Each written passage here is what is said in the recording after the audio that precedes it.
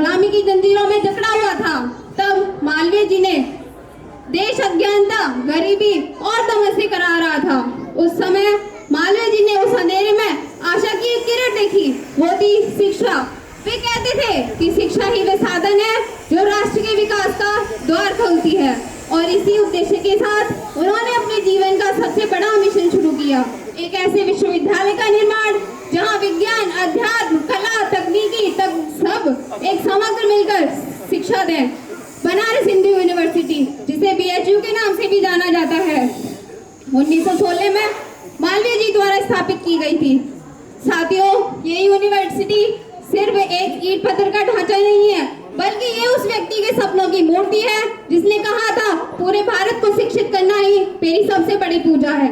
और इसी उद्देश्य के साथ उन्होंने सभी भारतीयों को एक बड़ा सा, जो पूरे विश्व में सबसे प्रसिद्ध BHU नाम से विद्यालय जाना जाता है, बना के दिया।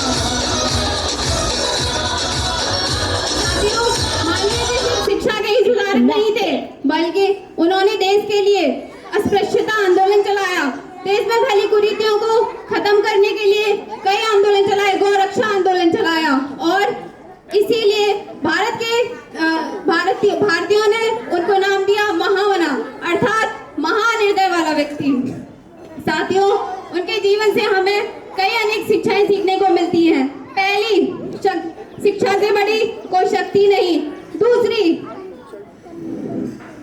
देश सेवा से बड़ा कोई धर्म नहीं। तो आइए हम भी अपने व्यवहार, अपने आचरण और अपने कर्मों के द्वारा अपने विद्यालय, अपने परिवार और अपने देश का नाम रोशन करें। ऐसे महान पंडित, महान मदन मोहन मालवीय जी को मेरा और हमारे सरस्वती परिवार की तरफ से सभी को शत शत नमन। धन्यवाद। जय हिंद। वंदे मातरम।